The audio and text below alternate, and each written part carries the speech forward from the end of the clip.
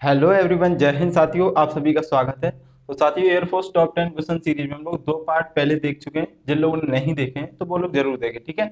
ये आपका पार्ट 3 है। तो पार्ट 3 का ये पहला क्वेश्चन आपके सामने दिया गया है।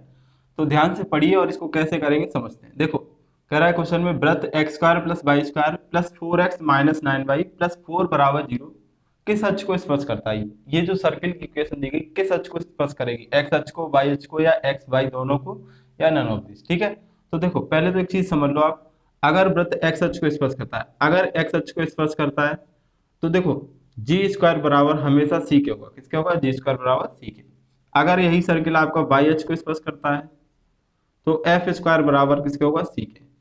अगर मान लो आपका ये कंडीशन हो जाए कि जी स्क्वायर बराबर एफ स्क्वायर बराबर सी, अगर ये दोनों ही सी के बराबर हो जाए तो ये किसको करेगा? दोनों अक्ष को स्पर्श करेगा, दोनों अक्ष को स्पर्श करेगा, ठीक है। दोनों अक्ष को स्पर्श करेगा। अब यहाँ से चेक कर लो, जो कंडीशन सेटिस्फाई करेगी आंसर लगा देंगे हम। तो यहाँ पे देखो जी क्या होता है, पहले तो जी निकाल लेंगे फिर जी स्क्वायर कर लेंगे। जी क्या होता है? देखो, ये पूरा जो होता है एक्स का गुणा की 2g होता है, तो 2g बराबर आपका 4 हो जाएगा। तो जी बराबर यहाँ से कितना आ गया? 2। अब ये देखो y का गुणांक क्या होता है? 2f। 2f बराबर -9, तो f बराबर हो जाएगा माइनस का 9/2। और c बराबर आपका दिया गया है 4। कांस्टेंट टर्म क्या होता है? c, ठीक।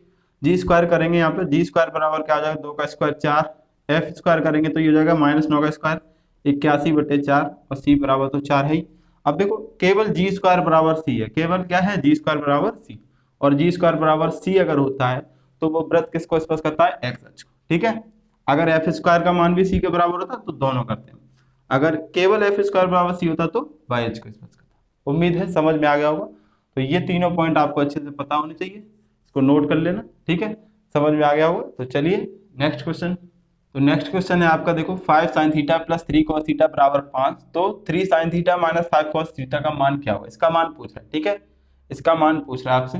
तो इसका मान हमने x मान लेना, थोड़ी देर क्या मान लेना? x। क्या मान लेना? x। x का जो मान आएगा वही आंसर हो जाएगा, ठीक है। चलिए पहले कंडीशन समझ लो, कॉन्सेप्ट क्या होता है उसको समझ लो। यहाँ पे अगर आपको ऐसे दिया हो कि a sine theta plus b cos theta बराबर c के, बराबर किसके? c के। a sine theta plus b cos theta बराबर c के। और ये a और b रिवर्स हो जाए, a वर्स मतलब इंटरचेंज हो जाए, आपस में बदल जाए। तो यहाँ बन जाएगा b साइन थीटा, और यहाँ क्या बन जाएगा? a cos theta. ये बराबर d के दिया और इसमें बीच में चिन्ह बदल जाए, ठीक। बीच में क्या बदल जाए? चिन्ह। तो देखो, अगर इसको डायरेक्ट स्क्वायर करके ऐड करके सोल्व करोगे, स्क्वायर करके जोड़ोगे, तो डायरेक्ट रिजल्ट आता है आपका ए स्क्वायर प्लस बी स्क्वायर बराबर सी स्क्वायर प्लस डी स्क्वायर, ठीक।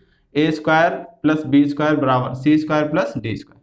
तो ये होता है इसका रिजल्ट, ठीक। आपको याद रखना है। अब यहाँ पे देखो 5 sine theta plus 3 cos theta, 5 और 3 देखो आपस में बदल गए और बीच का चिन्ह बदल गया। तो आंसर आपका क्या हो जाएगा इसका? देखो डायरेक्ट रिजल्ट क्या बनेगा?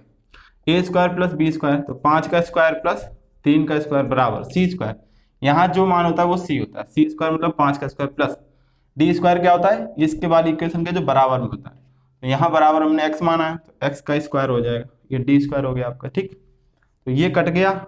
एक्स स्क्वायर बराबर 3 का स्क्वायर, स्क्वायर से स्क्वायर काटे तो एक्स बराबर क्या आ जाएगा? 3 के। एक्स बराबर क्या आ गया? 3, यानी इसका मान क्या हो गया आपका? 3। तो 3 है तो बी ऑप्शन, वो सी ऑप्शन आपका आंसर हो जाएगा, ठीक है। तो ये कॉन्सेप्ट आपको नोट कर लेना है, ठीक, पता होना चाहिए, ओके। अगर आप करना चाहते हो तो स्क्वायर करो दोनों का और जोड़ दो, तो ये अपने आप निकल आए। चलिए समझ में आ गया। तो अगला क्वेश्चन देखेंगे। तो अगला क्वेश्चन है आपका 90x square plus 40y square बराबर 360 की उत्कीर्णता बतानी। ये एक इक्वेशन दी गई, इसकी एसेंट्रिसिटी बतानी, ठीक। तो पहले देखो ये प्लस लगा है, यानी आपकी ये क्या होगा? दीर्घवृत्त की इक्वेशन होगी, उसमें बराबर में क्या होना चाहिए? 1। तो 360 से हम क्या करेंगे? भाग कर देंगे तभी तो 1 आएगा। तो यहाँ 360 से भाग करेंगे तो ये बन जाएगा एक्स स्क्वायर बटे 9 से 4 बार प्लस वाई स्क्वायर बटे 4 से हो जाएगा 9 बार बराबर, ये कट जाएगा तो 1 आ जाएगा। अब ये क्या होगा? इलिप्स की इक्वेशन हो गई। इसके लिए मैंने डायरेक्ट शॉर्ट ट्रिक बताई है आपको। क्या करोगे? ई बराबर, यहाँ पे देखो कौन सी वैल्यू बड़ी, तो बड़ी वैल्यू माइनस छोटी वैल्यू और अपॉन में बड़ी वैल्यू, ठीक है। ये पिछले वीडियो में आपने देखा भी होगा, मैंने वहां पे डायरेक्ट बताया आपको। तो बड़ी वैल्यू क्या है आपकी? 9 माइनस 4 और अपॉन में 9। ये बड़ी हो गई, छोटी माइनस कर दिया, अपॉन में बड़ी, ठीक। सॉल्व करो तो ये हो जाएगा 5, तो √5 बनेगा ऊपर, और 9 का वर्गमूल क्या हो जाएगा? 3। तो ई का मान कितना हो जाएगा? सेंसिटिविटी आपकी हो जाएगी √5/3। सी ऑप्शन करेक्ट आंसर हो जाएगा, ठीक है। समझ में आ गया। चलिए अगला क्वेश्चन। तो साथियों अगला क्वेश्चन आपके सामने दिया गया, क्वेश्चन नंबर 4 है। n पदों की एक समांतर श्रेणी जिसका क्या है, योग, जिसका योग क्या है एन स्क्वायर माइनस 2n है, तो पांचवा पद बताना है। देखो एन पदों की एक समांतर श्रेणी है जिसका योग दिया है, तो एस एन दिया है आपको, एस एन दिया है एन स्क्वायर माइनस का 2n, एन स्क्वायर माइनस का 2n, पांचवा पद यानी T5 आपसे पूछा जा रहा है। ठीक है, बहुत ही आसान क्वेश्चन है और करने के बहुत सारे तमाम तरीके बनते हैं, 75 तरीके हैं, लेकिन आपको देखो जो सबसे आसान तरीके हैं वो हम बताएंगे यहाँ पे। एस एन दिया गया आपको ये, और पांचवा पद पूछा गया। अच्छा देखो पांचवा पद 1 2 3 4 5, यही वाला तो पद पांचवा है, ये पद पांचवा है कि नहीं है। दो तरीके इसके हम लोग देख ले रहे हैं, पहला ये है, दूसरा भी एक और देखेंगे। 1 2 3 4 5 पद। अब ये वाला पद बताना है आपको, तो देखो आप क्या करोगे, इन पांच पदों के योगफल से, इन पांच पदों का योगफल दिया गया ये, इससे इन चार पदों का योगफल हटा दोगे तो ये पांचवा पद मिल जाएगा आपको। पांचवा पद मिल जाएगा कि नहीं मिल जाएगा।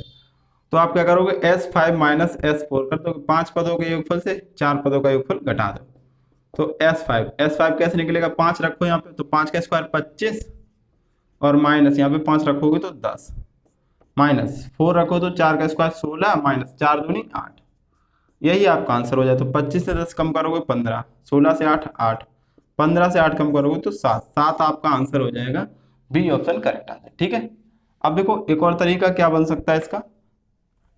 एक तरीका मैंने आपको शॉर्ट ट्रिक डायरेक्ट लिखाई थी पहले वीडियो में, आपने देखा होगा अगर, कि अगर आपको एस एन दिया है an square plus b n के फॉर्म में, और आपसे टी एन पूछा जा रहा है, तो टी एन क्या होता है, ये 2 आगे आ जाता है, 2an प्लस इस b से a को घटा देते हैं, b माइनस ए। बोलो याद आया कि नहीं आया। ठीक है, याद आया। चलो अब ये, तो यहाँ पे देखो आपको एस एन दिया गया है, एस एन क्या दिया गया है, एन स्क्वायर माइनस का 2n, माइनस का 2n। आप इससे एस एन से टी एन निकाल लोगे और एन की जगह 5 रख दो, T5 मिल जाएगा। तो टी एन निकालो, ये 2 आगे आ जाएगा, 2n माइनस इस माइनस 2 से, इससे यहाँ पे जो 1 है उसको घटाएं तो -3 आ जाएगा, क्योंकि इसका गुणांक क्या है 1। अब T5 चाहिए आपको, तो 5 रख दो, एन की जगह 5 दूनी 10 माइनस 3, तो आपका आंसर हो जाएगा 7। इससे भी आप कर सकते थे। ठीक है, जो तरीका आपको बेस्ट लगे आप उससे करिए, आंसर करेक्ट हो जाएगा 7 यानी बी ऑप्शन। ओके, समझ में आ गया वो उम्मीद है। चलिए अगला क्वेश्चन, क्वेश्चन नंबर 5 है आपका। यदि y इक्वल टू आपको दिया है sine inverse 1 minus x square upon 1 plus x square, तो डी बाई डी एक्स पूछ रहा है इससे। ठीक, बहुत ही आसान क्वेश्चन है। तो आप क्या करो, सबसे पहले देखो ये चीज आपको दिख रही है, ये अगर कॉस के साथ होती, कॉस इनवर्स के साथ, तो इसको हम लोग क्या लिख सकते थे, टेन इनवर्स एक्स के फॉर्मूला याद है ना, 2 tan इनवर्स एक्स के। तो पहले उसको चेंज कर लो, तो y इक्वल टू इसको साइन इनवर्स एक्स को लिख सकते हैं हम लोग π/2 माइनस कॉस इनवर्स एक्स, तो कॉस इनवर्स हो जाएगा 1 minus x square upon 1 plus x square, हमने कॉस के टर्म में चेंज कर दिया। π/2 माइनस, ये देखो पूरा फॉर्मूला किसका होता है, 2 tan इनवर्स एक्स का, किसका होता है 2 tan इनवर्स एक्स का। अब डी बाई डी एक्स कर दो, तो डी बाई डी एक्स इस कांस्टेंट का करेंगे अगर हम लोग तो 0 आ जाएगा, -2 बाहर आएगा, और tan इनवर्स एक्स का क्या होता है 1/1 प्लस एक्स स्क्वायर, तो आपका आंसर हो जाएगा -2/1 plus x square, minus A option. A option correct answer हो जाएगा। ठीक है, समझ में आ गया। चलिए अगला क्वेश्चन, तो अगला क्वेश्चन आपका देखो, आपको दिया है 1/a square b c, 1/b b square c a, 1/c c square a b, इस सारणी का मान बताना है। ठीक है, तो देखो क्या करना है आपको, यहाँ पे 1/a स्क्वायर बी सी इस टाइप से ऐसे दिया, अगर आप इसमें क्या करो, तो a से मल्टीप्लाई करा दो, इसमें b से और इसमें c से, तो ये a से a कट जाएगा मल्टीप्लाई कराने के बाद, b से b और c से c, यहाँ पे 1 1 बचेगा और यहाँ a अंदर बच जाएगा। ठीक है, क्योंकि मल्टीप्लाई कराएंगे तो पूरे से होगा मल्टीप्लाई, तो ए बी सी से मल्टीप्लाई करा तो ये हो जाएगा 1a³ बनेगा यहाँ पे, और ये ABC हो जाएगा, यहाँ पे 1 हो जाएगा, b³ बनेगा और ये ABC हो जाएगा, यहाँ पे 1c³ और ये ABC हो जाएगा। अब देखो आपको दिख रहा होगा ये कॉमन दिख रहा है, पूरे से क्या दिख रहा है कॉमन, ABC जैसे ही बाहर निकालो तो ये 1 1 1 और यहाँ पे भी 1 1 1 हो जाएगा, a³ b³ और c³। दो अगर सेम होगा, कोई भी दो कॉलम सेम हो जाए या दो रो सेम हो जाए, पूरे का मान क्या होता है 0, और 0 इंटू समथिंग कराएंगे तो क्या आंसर आ जाएगा 0। ऑप्शन बी करेक्ट आंसर हो जाएगा, आपका आंसर क्या हो जाएगा 0। ठीक है, समझ गए ना। चलिए अगला क्वेश्चन, क्वेश्चन नंबर 7 है, आपको दिया है यदि sine inverse x plus sine inverse y plus sine inverse z बराबर π/2, तो बताइए x square plus y square plus z square plus 2x/z का मान क्या होगा। तो देखो इसमें ऐसे क्वेश्चन जब भी दिया जाए, ये देखो तीनों मिलाकर किसके बराबर दिए गए π/2 यानी 90 डिग्री, ये 90 डिग्री का है, तो हमें 90 को बराबर बराबर बांट दे रहे हैं, इसको भी 30 मान ले रहा है, इसको भी 30 मान ले रहा है, इसको भी 30, तभी ना ये 90 होगा, होगा कि नहीं होगा।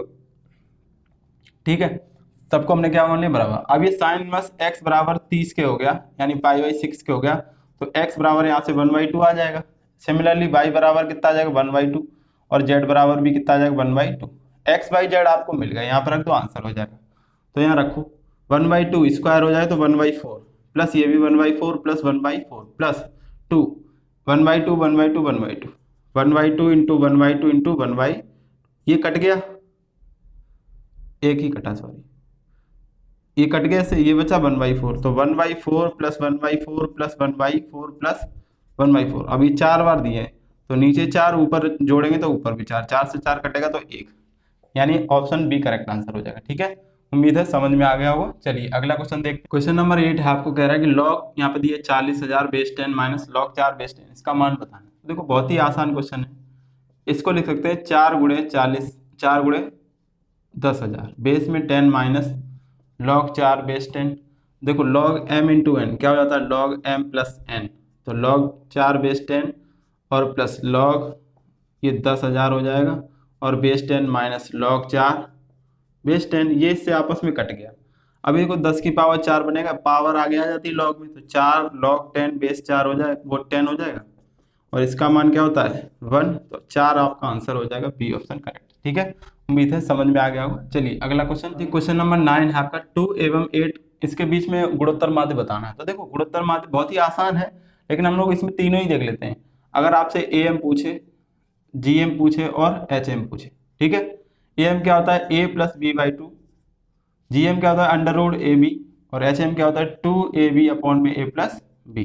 ठीक, आपको तीनों ही याद रखने हैं। क्वेश्चन बहुत आसान है, हालांकि अब ऐसे क्वेश्चन नहीं पूछता है पहले, लेकिन पहले पूछे गए क्वेश्चन है। ठीक है, इसलिए मैंने करा दिया है, और आपके ये तीनों चीजें क्लियर भी हो जाएंगी। ठीक, चलिए 2 और 8 के बीच गुणोत्तर माध्य, तो गुणोत्तर माध्य क्या होता है अंडर रूट मल्टीप्लाई करा देते दोनों का, तो अंडर रूट 16 बनेगा, और ये क्या आ जाएगा 4, क्या हो जाएगा 4। ठीक, अब यहाँ पे इतना पूछता है लेकिन बस आसान वैल्यू नहीं देता, थोड़ी वैल्यू को ही ऐसा कर देता कि सॉल्व करना पड़े आपको, समझ रहे हो ना। चलिए अब अगला क्वेश्चन देखते हैं हम लोग, क्वेश्चन नंबर 10। क्वेश्चन नंबर 10 है आपका, देखो लिमिट दी गई 2 से 7 अंडर रूट एक्स अपॉन में under root 9 minus x plus root x, इसका इंटीग्रेशन बताना। तो देखो इसका फॉर्मेट हम लोग पहले भी समझ चुके हैं, शॉर्ट ट्रिक क्या बनती है इसकी, ध्यान समझना। अगर आपको फंक्शन दिया है ए से बी, तो पहले लिमिट लिख लो F X upon F X plus F A plus B minus का एक्स, इस टाइप से दिया गया है। ठीक, ऊपर जो फंक्शन हो सेम वही नीचे हो प्लस, इन दोनों को जोड़ के इस एक्स को घटा के यहाँ लिखा गया हो, तो आप इसका डायरेक्ट रिजल्ट आपने मैंने बताया था क्या करेंगे, upper limit minus lower limit by 2, ये आपको याद रखना है। और इस पर बहुत सारे सवाल बनते हैं, एक ही सवाल नहीं बहुत सारे सवाल बनते हैं। ठीक है, बस वैल्यू इधर उधर चेंज कर करके ऐसे ही सवाल बनाता रहता है, कई बार पूछे गए, और पिछले प्रीवियस ईयर आप उठा के देखोगे तो बहुत सारे क्वेश्चन पूछे गए इस पे। ठीक है, तो देखो ऊपर जो फंक्शन है वही सेम यहाँ लिखा है कि नहीं लिखा है, इन दोनों को जोड़ो 7 हो तो 9, 9 से x को घटाओगे तो 9 माइनस एक्स, यानी सेम वही है।